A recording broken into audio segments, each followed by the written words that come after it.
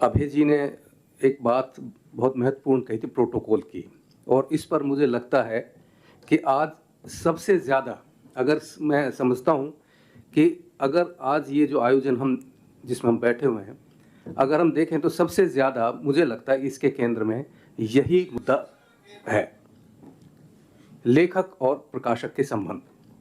इससे पहले कि मैं इस पर कुछ बात कहूँ, जैसे अपने पुराने थोड़े सी पीछे की तरफ लौटकर अभय जी ने अपने कुछ संस्मरण सुनाए। आपको यहाँ एक मैं मज़ेदार चीज़ बताऊं कि अभय जी से मेरा जो संबंध रहा है वह 1996-97 में हुआ था, और उसका जहाँ तक मुझे याद है, जब इन्होंने जनसत्ता छोड़ा था, जनसत्ता में थे, इन्होंने अपना एक सिस्टम शुरू किया था, कंप्यूटर सिस्टम। उस समय नया नया एक कंपोजिंग होता था, और इन्होंने मेरा एक उपन्यास कंपोज किया था। और उसमें मज़ेदार चीज़ ये हुई कि जब मेरे पास इन्होंने रीडिंग करने के बाद मेरे पास भेजी, तो मुझे उस वक्त तक अनुस्वर और चंद्रबिंदु का अंतर नहीं पता था, और मैंने उसमें नहीं पता था, तो मैंने उसमें क्या किया कि जहाँ चंद्रबिंदु था वहाँ अनुस्वर लगा दिया, और जहाँ अनुस्वर लगना था वहाँ चंद्रबिंदु। जब किताब इनके पास वापस गई, इन्होंने देखी, इन्होंने कुछ नहीं कहा। जब उसका फाइनल मेरे पास फिर दोबारा आई, तो मुझे लगा कि यार कुछ मुझसे गड़बड़ हुई है। फिर मैंने फिर दोबारा से जहाँ चंद्रबिंदु लगना था वो अनुस्वर लगाया, जहाँ अनुस्वर लगना। अब इन्होंने कहा कि यार मोरवाल जी, ये तो आपने तो डबल मेहनत करा दी। इन्होंने उस तरह से कोई नाराजगी नहीं की। और फिर इन्होंने एक पत्रिका भी निकाली थी, और उस पर हम खूब चर्चा, उसमें खूब लेख भी, साहित्यिक लेख भी थे। और इनसे जो दूसरा मेरा जो एक और परिचय, जो रचनात्मक परिचय है, मेरा एक उपन्यास आया था, एक जो हमारे क्रिमिनल ट्राइब्स जिसको कहते हैं, जनजाति कंजरों पर था। इन्होंने उस उपन्यास पर एक बहुत ही लंबा लेख लिखा था। मेरे हिसाब से, मुझे अगर याद है, तो हंस में उससे लंबा किसी पुस्तक पर कोई इस तरह लंबा समीक्षात्मक लेख नहीं छपा। रेत। और सबसे महत्वपूर्ण उसमें बात ये थी, इनकी जो ईमानदारी की, आज भी मुझे वो शब्द याद हैं। इन्होंने कहा कि मुरवाल जी, मुझे इस समुदाय के बारे में सिवाय आपके उपन्यास से और कुछ भी नहीं पता। जो भी मुझे पता चल रहा है इस उपन्यास से पता चल रहा है। और इन्होंने जब वो लेख लिखा, वो बड़ा विवाद हुआ। मुझे याद है कि कथा देश में एक लखनऊ की शालिनी यादव, एक वो सोशल एक्टिविस्ट भी थी, उन्होंने बड़ा लंबा लेख लिखा था, और इनकी थोड़ी सी आलोचना की थी कि इनके जो थोड़े से कुछ सवाल किए थे इन्होंने लेखक की को लेकर, हिंदी के लेखक की दुविधाओं को लेकर, उसका उन्होंने जवाब दिया था।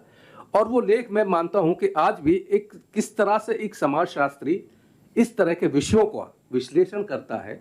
मतलब हम जब बात करते हैं, अभी जिस तरह की इन्होंने बात कही समाजशास्त्रीय लेखन की, मुझे लगता है कि आज की मौजूदा दौर में अगर एक बाजार समाजशास्त्रीय लेखन और उसकी पुस्तकों का है, तो इसमें अतिशयोक्ति नहीं है। मैं आज भी अपने विषय पर लिखने से पहले मैं साहित्यिक चीज़ें नहीं पढ़ता, मैं साहित्यतर चीज़ें ज़्यादा पढ़ता हूँ, जो सोशोलॉजिकल हो, जो एंथ्रोपोलॉजिकल हो, जो हिस्ट्री से जुड़ी हुई है। क्योंकि लेखक के बारे में ये कहा जाता है कि उन्हें इन विषयों के बारे में अच्छी जानकारी होनी चाहिए। आज ये जो हम इस परिचर्चा में जो हिस्सा ले रहे हैं, इसके दरअसल मेरी दृष्टि से दो महत्वपूर्ण मुद्दे हैं। एक तो यह है कि पिछले कुछ वर्षों से ये एक बड़ा भारी, एक कहना चाहिए कि वितंडाई में कहूँगा, कि लेखकों पर एक परोक्ष रूप से एक ये दबाव आने लगा है कि उनको पाठकों के ध्यान में रखते हुए अपनी रचना करनी चाहिए। मैं समझता हूं कि कोई भी लेखक पाठकों के ध्यान में रखकर शायद नहीं लिखता होगा। वह जिस विषय पर लिखता है, अपने शैली के मुताबिक, अपने कथा गल्प के जो उसकी शर्तें हैं उनका निर्वहन करते हुए वह लिखता है। और इस पर यह दबाव तब और ज़्यादा बढ़ा जब हमारे यहाँ कुछ सर्वे होने लगे कि बेस्ट सेलर कौन है। आप सब जानते हैं कि कोरोना से पहले इसका कितना हल्ला था, और हम जैसे गरीब गुरबे लेखक, मैं गरीब गुरबा इसलिए कह रहा हूं कि हम लोगों का जो पाठक है एक मतलब सेट पाठक है, वो उस तरह का पाठक नहीं है, युवा पाठक नहीं है, वो पाठक पट्टियों और उस तरह का नहीं है। हमारा पाठक जो है वो या तो एकेडमिक्स की दुनिया से जुड़े हुए हैं, छात्र छात्रा हैं, रिसर्चर हैं, और अब स्थिति थोड़ी सी और ज्यादा बदली है। अभी एक ऑनलाइन एक सर्वे किया गया और मुझे खुशी इस बात की है कि उस सर्वे में जो चीजें निकल कर आई उसमें मजेदार तथ्य यह है कि एक भी ऐसी पुस्तक नहीं है जिनको कि बेस्ट सेलर का तगमा से नवाजा गया था। वो सारे के सारे पाठक वो हैं जिस लेखन से हम जैसे लोग जुड़े हुए हैं। तो ये एक तसल्ली यह भी देता है कि दरअसल बेस्ट सेलर है क्या।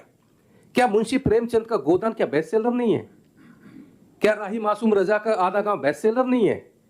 क्या राग दरबारी बेस्ट सेलर नहीं है? क्या मेला आचर बेस्ट सेलर नहीं है? दरअसल बेस्ट सेलर की अवधारणा क्या, आप किसको मानते हैं? मैं इसको अगर बिल्कुल बेहद साधारण शब्दों में अगर समझ पाया हूं तो मैं इसको इस बेस्ट सेलर की कहना चाहिए कि इस अवधारणा को इस रूप में समझ सकता हूं कि अगर आप शाम को देखें तो बीकानेर और ये जो हमारे 2-3 ब्रांड हैं, बीकानेर और दूसरे, इनके अगर आप शाम को इनके आउटलेट्स पर जाकर देखें तो 5 बजे के बाद वहां बाहर एक कॉर्नर पर बहुत भीड़ होती है और वो भीड़ होती है गोलगप्पे खाने वालों की। तो क्या वह भीड़ उस ब्रांड का क्या उसको रिप्लेस कर सकता है क्या? मतलब एक जायका बदलने के लिए जो वहां उस तरह की चीजें खाने का, यही लगभग स्थिति साहित्य के साथ है। साहित्य का अपना एक मर्म होता है, उसका अपने संस्कार होता है। साहित्य ये नहीं कि कुछ भी आप लिख दें और किसी भी भाषा में लिख दें, उसका एक अपना भाषाई संस्कार होता है। जैसे एक बार ये बहुत कहा जाता था कि हिंदी को बढ़ाने में फिल्मों का बहुत बड़ा योगदान है। इस पर निर्मल वर्मा जी ने बहुत अच्छी बात कही थी कि ये इससे हिंदी का विस्तार नहीं हुआ। दरअसल भाषा वह होती है जो हमारे विचारों का निर्माण करती है। भाषा का सबसे बड़ा उत्तरदायित्व यह होता है, और यह कहां से मिलता है? ये हम जो हमारी पढ़ाई लिखाई जिस तरह की रही है, हम जो सब यहाँ कतार में बैठे हुए हैं, ये लगभग उसी तरह की भाषा संस्कार के निकले हुए लोग हैं। तो हमें जो भाषा आएगी, जो हमारा भाषाई संस्कार है, हम उसी को लेकर लिखेंगे। दूसरी बात, ये निर्भर करता है लेखक के सरोकार पर कि लेखक के सरकंसर्न्स क्या, सरोकार क्या है। मेरा जीवन जगत कैसा रहा, मेरा अतीत कैसा है, मेरा वर्तमान कैसा, मेरा सामाजिक पारिवारिक परिवेश का है। तो लेखन उन चीजों से निकलता है। ऐसा नहीं है कि मैं वो चीज नहीं लिख सकता जो थोड़ी सी, जो जिसको कहना चाहिए कि जो युवाओं के मतलब कि जिसको लेकर कहा जा रहा है। तो मेरा ये मानना है कि यह दबाव कहीं ना कहीं हम लेखकों पर भी है। ऐसा नहीं है कि हम उस दबाव से मुक्त हैं, प्रकाशन जगत तो है ही। और इस तरह की आप देखिए कि कुछ इस तरह की चीजें आने लगी हैं और धीरे धीरे अब उस तरह का लेखन, मतलब जैसे हम कहें थोड़ा चमकदार, जैसे फिल्मी दुनिया या मंचीय कवियों का जिसको लेकर एक बार परहेज किया जाता था प्रकाशन जगत में भी, वो अब धीरे धीरे वहां आने लगी हैं धीरे धीरे। लेकिन मैं समझता हूं कि इसमें अभी बहुत समय लगेगा। तो इससे मैं समझता हूं कि मैं तो विचलित बिल्कुल भी नहीं हूं कि कुछ समय बाद ऐसा होगा कि हम जैसे लेखकों के साहित्य को पढ़ने वाला कोई नहीं होगा, या मृदुला जी को इनको पढ़ने वाला बिल्कुल मिलेगा, आप चिंता मत करिए। और वही बेस्ट सेलर कहता हूं। आज भी अगर मुझे एक लेखक के रूप में मान्यता मिलती है और आज भी मुझे जाना जाता है तो काला पहाड़ से माना जाता है। अभी मैं अभय जी को कह रहा था कि मेरा काश 11वां उपन्यास है, तो इन्होंने हैरानी कि 11वां उपन्यास, लेकिन ये शायद मुझे जानते काला पहाड़ से ही है। तो हर लेखक की एक पहचान भी बन जाती है। तो मैं इससे बिल्कुल विचलित नहीं उतरूं। मुझे लगता है कि ठीक है कि इसका दोष हम जैसे अक्सर ये भी कहा जाता है कि अगर पाठक खत्म हो रहा तो उसके लिए उत्तरदायित्व हम लेखकों को मानते हैं। ऐसा नहीं है। मुझे लगता है कि हमारी जो शिक्षा व्यवस्था, खास तौर से भाषा को लेकर जो एक जो उदासीनता हमारे यहाँ परिसरों में, विश्वविद्यालय परिसरों में, हिंदी विभागों में भाषाओं के तौर पर जो पनपा है, सबसे ज्यादा मैं उसको ज्यादा जिम्मेदार मानता हूँ। अभी मैं देख रहा हूँ कि पिछले कुछ अरसे से 8-10 सालों से मेरी कुछ ऐसी सेमिनार्स के उस पर नजर पड़ी। विषय क्या? प्रयोजन मूलक हिंदी। ये क्या है प्रयोजन मूलक हिंदी?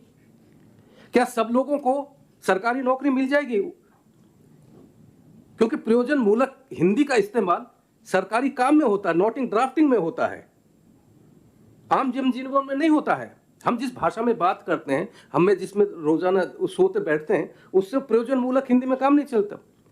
और अगर उस प्रयोजन मूलक की उस राजभाषा विभाग की अगर आप हिंदी पढ़ लें तो वो और भी गजब है।